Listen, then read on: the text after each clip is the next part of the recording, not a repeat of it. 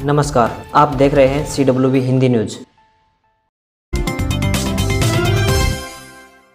किसानों की घर वापसी। सिंगोर टेकरी बॉर्डर से रवाना हुए काफिले हाईवे पर 10 किलोमीटर तक मेला, ढोल नगाड़ों संग मनाते जाएंगे जश्न, जगह जगह बरसे फूल। 26 नवंबर 2020 को 380 दिन पहले किसान कई बाधाएं पार करके लाठी डंडे खाकर दिल्ली पहुंचे थे। अब वे जीत का जश्न मनाते हुए घर वापसी कर रहे हैं। 11 दिसंबर को किसान शौर्य गाथा लिखकर दिल्ली से महाराजाओं की तरह घर वापस जा रहे हैं। सिंगोर टेकरी बॉर्डर से किसानों के काफिले ऐसे निकले जैसे राजा महाराज जंग जीतने के बाद वापस आया करते थे। ढोल नगाड़ों की थाप पर भंगड़ा डालते जश्न मनाते हुए किसान पंजाब पहुंचेंगे और वहां श्री हरमंदिर साहिब में माथा टेककर घरों को जाएंगे। मेरी फसल मेरा ब्यौरा पोर्टल 31 जनवरी तक खुला रहेगा। 8,61,000 किसानों को कृषि विभाग ने भेजा SMS। कृषि विभाग ने रबी फसलों की MSP पर खरीद के लिए किसानों का मेरी फसल मेरा ब्यौरा पोर्टल पर पंजीकरण अनिवार्य किया गया है। विभाग के पोर्टल पर अभी तक करीब 1 लाख किसानों ने ही रजिस्ट्रेशन किया हुआ है। कृषि विभाग ने 31 जनवरी तक किसानों के पंजीकरण के लिए पोर्टल खोला है। अभी भी प्रदेश के करीब 8,61,000 किसानों का पंजीकरण होना शेष है। इन किसानों को पंजीकरण करवाने के लिए शुक्रवार शाम को मोबाइल पर SMS भेजने की प्रक्रिया शुरू कर दी गई है। यह SMS हर सप्ताह भेजे जाएंगे ताकि किसान जल्द से जल्द पोर्टल पर पंजीकरण करवा सकें। हरियाणा में DNA PCR किट की खरीद फरोख्त में भ्रष्टाचार, स्टिंग ऑपरेशन से खुली पोल। करनाल के मधुबन स्थित प्रदेश की फोरेंसिक साइंस लैब में डीऑक्सीराइबोन्यूक्लिक एसिड यानी DNA PCR किट के करीब 6 करोड़ रुपए के टेंडर में भ्रष्टाचार सामने आया है। टेंडर अलर्ट होने के बाद मधुबन से ही अधिकारी ने कंपनी के अधिकारियों पर दबाव बनाया और 20 लाख रुपए की रिश्वत मांग ली। 11 लाख रुपए अधिकारी को मिल भी गए। इस खेल का जब DNA विभाग के सहायक निदेशक डॉक्टर राजीव क्वात्रा को पता चला तो उन्होंने स्टिंग ऑपरेशन कर भ्रष्टाचार को उजागर किया। कंपनी के अधिकारियों ने राजीव को बताया था कि उन पर रिश्वत का दबाव बनाया जा रहा है। इसके लिए 11 लाख रुपए दे चुके हैं। ऐसे में सहायक निदेशक ने अलग अलग वीडियो बनाकर स्टिंग ऑपरेशन किया और प्रदेश के गृह मंत्री अनिल विज और मुख्यमंत्री मनोहर लाल को लिखित शिकायत दी। शिकायत के बाद सबूत के तौर पर कंपनी के अधिकारियों की वीडियो भी पेन ड्राइव में डालकर दी है। आपको बता दें कि प्रदेश के किसी भी जिले में हत्या, दुष्कर्म या अन्य संगीन मामलों जिनमें DNA की जरूरत हो उसमें DNA PCR किट का इस्तेमाल होता है। इसी किट के माध्यम से DNA मैच कराया जाता है जिसके आधार पर पुलिस की जांच आगे बढ़ती है। हरियाणा में बदलेगा मौसम, 5 दिन में शुरू होगी कड़ाके की ठंड। अब सर्दी अपने चरम पर होगी। अभी तक दिसंबर के बीते दिनों में ज्यादा ठंड दर्ज नहीं की गई है, लेकिन अब आने वाले दिनों में ठंड चरम पर होगी। अब तापमान में लगातार गिरावट देखने को मिलेगी। मौसम विभाग का मानना है कि साल 2021 के बचे दिनों में कड़ाके की ठंड गिरने के आसार बने हुए हैं। नवंबर दिसंबर 2021 में अब तक हरियाणा में ज्यादातर शुष्क मौसम की स्थिति देखी गई है। नवंबर का महीना जैसे कि अपेक्षित था पूरी तरह से शुष्क था और दिसंबर में भी बूंदाबांदी के अलावा कोई बड़ा बदलाव देखने को नहीं मिला है। ठंड बढ़ने के साथ ही पर्यावरण प्रदूषण की स्थिति में बदलाव देखने को जरूर मिला है। प्रदूषण का स्तर कम हुआ है। कृषि एवं कल्याण विभाग के पूर्व तकनीकी अधिकारी डॉक्टर SP तोमर ने कहा है कि गेहूं की फसल की अच्छी ग्रोथ के लिए ठंड बहुत अधिक जरूरत है। कुछ किसानों ने अगेती फसल में पहला पानी भी लगा दिया है। जितनी अधिक ठंड गिरेगी फसल का फुटाव उतना ही अच्छा होगा। ठंड अधिक और लंबे समय तक गिरेगी तो इसका असर उत्पादन में भी देखने को मिलेगा।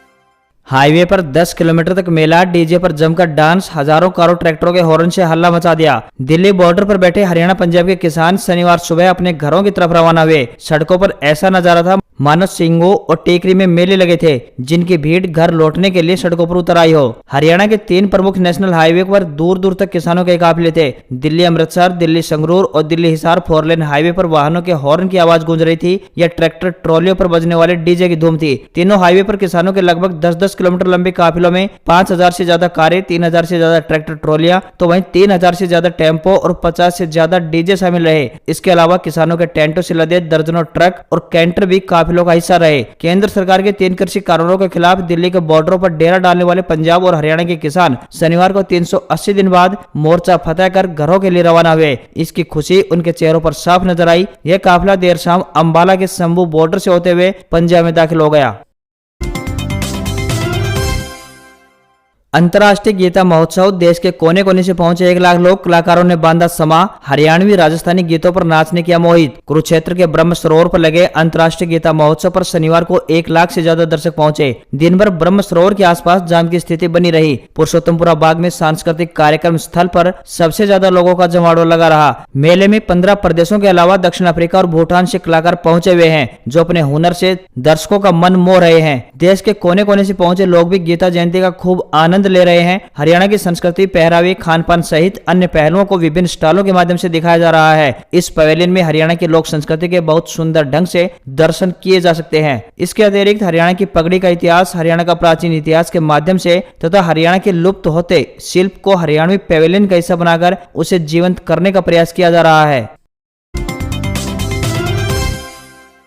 हरियाणा कर्मचारी चयन आयोग यानी HSSC एक बार फिर हरियाणा पुलिस में महिला सिपाही दुर्गा शक्ति वाहिनी की भर्ती की परीक्षा कराने जा रहा है। रविवार यानी आज यह लिखित परीक्षा सुबह की पारी में होगी। इस परीक्षा का आयोजन कड़ी सुरक्षा और कैमरे की नजर के साथ 11 जिलों में कराया जाएगा। हरियाणा कर्मचारी चयन आयोग के चेयरमैन गोपाल सिंह खत्री ने बताया कि परीक्षा का आयोजन सुबह 10:30 बजे से लेकर 12 बजे तक होगा। महिला दुर्गा शक्ति वाहिनी इस विशेष भर्ती परीक्षा के लिए वैकल्पिक प्रश्न लिखित परीक्षा में पूछे जाएंगे। जिन 11 जिलों में यह परीक्षा का आयोजन किया जाएगा उनमें पंचकुला, अंबाला, यमुनानगर के साथ साथ कुरुक्षेत्र, करनाल, पानीपत, महेंद्रगढ़, गुरुग्राम, रेवाड़ी और सिरसा जिला शामिल है। अगले सत्र से हरियाणा के स्कूलों में पढ़ाई जाएगी श्रीमद् भगवत गीता। सीएम मनोहर लाल ने की घोषणा। हरियाणा के मुख्यमंत्री मनोहर लाल ने कहा है कि अब विद्यालयों में भी छात्र गीता का अध्ययन करेंगे। अगले शैक्षणिक सत्र से प्रदेश भर के विद्यालयों में छात्रों से श्रीमद् भगवत गीता के श्लोकों का उच्चारण करवाया जाएगा। इसके बाद पुस्तकों को लिखवाकर 5वीं व 6ठी कक्षा में पढ़ाया जाएगा। मुख्यमंत्री ने यह घोषणा शनिवार को कुरुक्षेत्र में आयोजित अंतर्राष्ट्रीय गीता महोत्सव में की। इस दौरान उनके साथ लोकसभा अध्यक्ष ओम बिड़ला भी मौजूद रहे। मुख्यमंत्री ने लोकसभा अध्यक्ष की मौजूदगी में सबसे पहले गीता ज्ञान संस्थानम में पहुंचकर जियो गीता सभागार का लोकार्पण किया। इसके बाद गीता ज्ञान संस्थानम और कुरुक्षेत्र विश्वविद्यालय में आयोजित 6ठी अंतर्राष्ट्रीय विचार गोष्ठी को संबोधित किया। तमिलनाडु हेलीकॉप्टर हादसे में शहीद स्क्वाड्रन लीडर कुलदीप सिंह राव का शनिवार को राजस्थान के झुंझुनू जिले में उनके पैतृक गांव में अंतिम संस्कार हुआ। घरों की छतों से लेकर सड़कें तक लोगों से पट गई। सम्मान में तिरंगा लहराया, नारे लगे, पर एक चीख सबको रुला गई। ये चीख थी कुलदीप की पत्नी यशवनी की। कुलदीप की पार्थिव देह दिल्ली से एयरफोर्स के विमान में आई। पत्नी यशवनी और कुलदीप की बहन भी साथ ही आई। यशवनी ने कुलदीप की तस्वीर सीने से लगाकर रखी थी। सेना के ट्रक में रखी पार्थिव देह को एकटक देखती रही। सास आई तो उन्हें सीने से लगाकर ढाढ़स बंधाया। मां ने भी बेटे की तस्वीर को चूमा और सैल्यूट किया। स्क्वाड्रन लीडर कुलदीप सिंह का झुंझुनू जिले के अंतर्गत आने वाले चिड़ावा के घडाना खुर्द में जन्म हुआ था और वर्तमान में उनका परिवार जयपुर में रहता है। कुलदीप के पिता एक्स नेवी अफसर हैं। उनकी बहन भी इंडियन नेवी में है। कुलदीप माता पिता के अकेले बेटे थे और 2 साल पहले उनकी शादी मेरठ की यशवनी ढाका के साथ 19 नवंबर 2019 को हुई थी। शहीद कुलदीप सिंह राव 2013 में एयरफोर्स में भर्ती हुए थे। कुलदीप की मां ने बेटे की तस्वीर को चूमा, आंखों में आंसू भरे थे, लेकिन देश के लिए बेटे के फर्ज का एहसास भी था। लगातार नारे लगाती रही, जय हिंद। शहीद की अंत्येष्टि में महिलाएं भी शामिल हुई। अपने दूध मुहे बच्चों के साथ राजस्थान और खासकर शेखावाटी में अब यह परंपरा बन गई है कि महिलाएं भी शहीद की अंत्येष्टि में शामिल हो रही हैं। यूपी के मंच से जनरल रावत को श्रद्धांजलि। पीएम मोदी ने कहा कि वे जहां होंगे वहां से देश को आगे बढ़ते देखेंगे। प्रधानमंत्री नरेंद्र मोदी शनिवार को उत्तर प्रदेश के बलरामपुर में सरयू नहर नेशनल प्रोजेक्ट के लोकार्पण में शामिल हुए। इस दौरान पीएम मोदी ने चीफ ऑफ डिफेंस स्टाफ यानी CDS जनरल बिपिन रावत को मंच से श्रद्धांजलि दी। उन्होंने कहा कि जनरल रावत जहां भी होंगे वहां से देश को आगे बढ़ते हुए देखेंगे। प्रधानमंत्री ने कहा कि 8 दिसंबर को हेलीकॉप्टर दुर्घटना में मारे गए सभी वीर योद्धाओं के प्रति अपनी संवेदना व्यक्त की है। उन्होंने कहा कि भारत के पहले CDS जनरल बिपिन रावत का निधन प्रत्येक देशभक्त के लिए एक क्षति है। वे बहादुर थे और उन्होंने देश के सशस्त्र बलों को आत्मनिर्भर बनाने के लिए कड़ी मेहनत की। देश इसका गवाह है। भारत दुख में है, लेकिन दर्द सहते हुए भी हम न अपनी गति रोकते हैं और न प्रगति। पीएम मोदी ने हेलीकॉप्टर दुर्घटना में एकमात्र जिंदा बचे ग्रुप कैप्टन वरुण सिंह की सलामती के लिए भी प्रार्थना की। पीएम मोदी ने कहा कि जिन वीरों को हमने खोया है उनके परिवारों के साथ हैं। भारतीय वैज्ञानिकों को मिली बड़ी सफलता। 2 घंटे में ओमिक्रॉन पहचानने वाली किट तैयार की। दुनिया भर में तेजी से फैल रहे कोरोना के ओमिक्रॉन वेरिएंट की पहचान को लेकर इंडियन साइंटिस्ट को बड़ी सफलता हाथ लगी है। Indian council of medical research यानी ICMR ने असम के डिब्रूगढ़ में एक कोविड टेस्ट किट तैयार की है। इस किट से सिर्फ 2 घंटे के भीतर में नए ओमिक्रॉन वेरिएंट का पता लगाया जा सकता है। देश के कई राज्यों में ओमिक्रॉन के बढ़ते मामलों को देखते हुए यह किट काफी अहम साबित होगी। ब्रिटेन में ओमिक्रॉन को लेकर एक्सपर्ट ने नई चेतावनी जारी की है। इसमें कहा गया है कि अगर पब्लिक गैदरिंग पर रोक नहीं लगाई जाती है तो ब्रिटेन अगले साल यानी जनवरी से ओमिक्रॉन की बड़ी लहर का सामना कर सकता है। भारत में कोविड वैक्सीनेशन आंकड़ा करीब 133 करोड़ पहुंच गया है। मोबाइल चलाने वाले ध्यान दें, आपकी आईडी पर कितने सिम एक्टिवेट 30 सेकंड में पता करें। जो नंबर आपका नहीं है उसकी शिकायत भी कर पाएंगे। कई बार ऐसा होता है कि हमारी आईडी पर कोई दूसरा व्यक्ति सिम चला रहा होता है, आपको इस बात का पता नहीं होता है। यदि आपकी आईडी पर कोई दूसरा सिम इस तरह से चला रहा है तब वो आपको मुसीबत में भी डाल सकता है। आपकी आईडी पर कितने सिम एक्टिवेट हैं इस बात का पता लगाने के लिए सरकार ने एक पोर्टल भी तैयार किया है। वैसे नियम के मुताबिक एक आईडी पर 9 सिम एक्टिवेट किए जा सकते हैं, लेकिन जम्मू कश्मीर, असम सहित उत्तर पूर्व भारत की आईडी पर 6 सिम ही एक्टिवेट होंगे। अब दूरसंचार विभाग ने इससे ज्यादा सिम रखने वालों पर कार्रवाई के निर्देश जारी किए हैं। यदि कोई ग्राहक तय नंबर से ज्यादा सिम रखता है तब उसे सभी सिम की केवाईसी करनी होगी। इसे लेकर 7 दिसंबर को नोटिफिकेशन जारी हो चुका है। केवाईसी के लिए ग्राहकों को 60 दिन का वक्त दिया जाएगा। इसके लिए उन्होंने एक पोर्टल tafcop.digitelecom.gov.in पर लॉन्च किया है। यहाँ से आप इस बात का पता लगा सकते हैं कि आपकी आईडी पर कितने सिम चालू हैं। यदि कोई आपकी आईडी पर सिम चला रहा है तब उसकी शिकायत भी कर सकते हैं। इस प्रोसेस में महज 30 सेकंड का वक्त लगता है।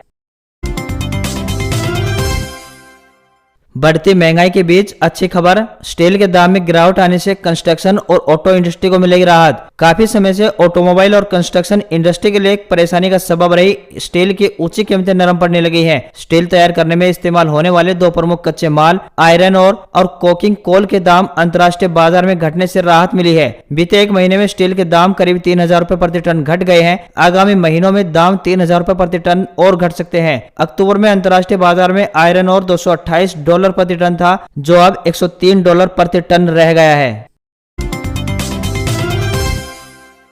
किसान आंदोलन खत्म होते ही बढ़ा टोल टैक्स। किसान आंदोलन समाप्त होते ही बॉर्डरों और टोल प्लाजा पर धरनों पर बैठे किसानों की घर वापसी होना शुरू हो गई है, जिस कारण अब टोल टैक्स खोलने की तैयारी भी शुरू हो चुकी है। किसान साल भर से टोल प्लाजा पर धरना दे रहे थे, इसके वजह से टोल वसूली बंद पड़ी थी। वाहन चालक भी बिना रोक टोक निकल रहे थे। अब किसान आंदोलन खत्म होते ही कंपनियों ने टोल प्लाजा पर टैक्स वसूली की तैयारी कर ली है। उम्मीद है कि 15 दिसंबर से भी सभी टोल टैक्स लगने शुरू हो जाएंगे। 1 साल तक टोल टैक्स बंद रहने से सरकार को करीब 250 करोड़ रुपए का नुकसान हुआ है। अब बढ़ी हुई दरों से टोल टैक्स वसूला जाएगा। ऐसे में वाहन चालकों की अब जेब ढीली होने वाली है। 5 लाख रुपए से भी कम कीमत की इस कार को मिल रही है ताबड़तोड़ बुकिंग, 12 हफ्ते हुई वेटिंग। ये generation Maruti Suzuki Celerio Bharat में कुछ दिन पहले ही लॉन्च की गई है, जिसकी शुरुआती एक शोरूम कीमत 4,99,000 रुपए है। टॉप मॉडल के लिए यह कीमत 6,94,000 रुपए तक जाती है। कंपनी ने 2 नवंबर को कार की बुकिंग शुरू की थी और अब तक इस कार के लिए मारुति सुजुकी को 15,000 बुकिंग मिल चुकी है। पुराने मॉडल के मुकाबले नई जनरेशन सेलेरियो को लगभग पूरी तरह से बदल दिया गया है। नई पीढ़ी की सेलेरियो को कंपनी नेक्सा डीलरशिप के माध्यम से बेचेगी और इस कार को 11,000 रुपए टोकन के साथ बुक किया जा सकता है। बता दें कि नई जनरेशन सेलेरियो पर 12 हफ्ते की वेटिंग ग्राहकों को दी जा रही है। मारुति सुजुकी की यह पहली कार है जिसके साथ नई जनरेशन 1.0 लीटर के सीरीज पेट्रोल इंजन दिया गया है। कंपनी का दावा है कि यह इंजन पिछले मॉडल के मुकाबले 23% ज्यादा ईंधन की बचत करता है और भारतीय पैसेंजर कार मार्केट की सबसे ज्यादा पेट्रोल बचाने वाली कार भी इसे ही बताया जा रहा है। 1 लीटर पेट्रोल में इस कार को 26.68 किलोमीटर तक चलाया जा सकता है, ऐसा मारुति सुजुकी का मानना है। कार का बूट स्पेस की बात करें तो 313 लीटर का है, जो पुराने मॉडल के मुकाबले 40% अधिक है। कंपनी ने लॉन्च के दौरान बताया है कि नई सेलेरियो के सीएनजी वेरिएंट पर काम जारी है और बहुत जल्द इसे भारतीय बाजार में लाया जाएगा। फीचर्स की बात करें तो नई जनरेशन सेलेरियो के साथ push button start stop, height adjustable driver seat, 15 inch के ब्लैक फिनिश वाले अलॉय व्हील्स दिए गए हैं। सुरक्षा के लिहाज से कार के साथ 2 एयरबैग्स मिलते हैं। आपको टच स्क्रीन इंफोटेनमेंट सिस्टम और एप्पल कारप्ले के साथ एंड्रॉइड ऑटो प्ले कनेक्टिविटी भी मिलेगी।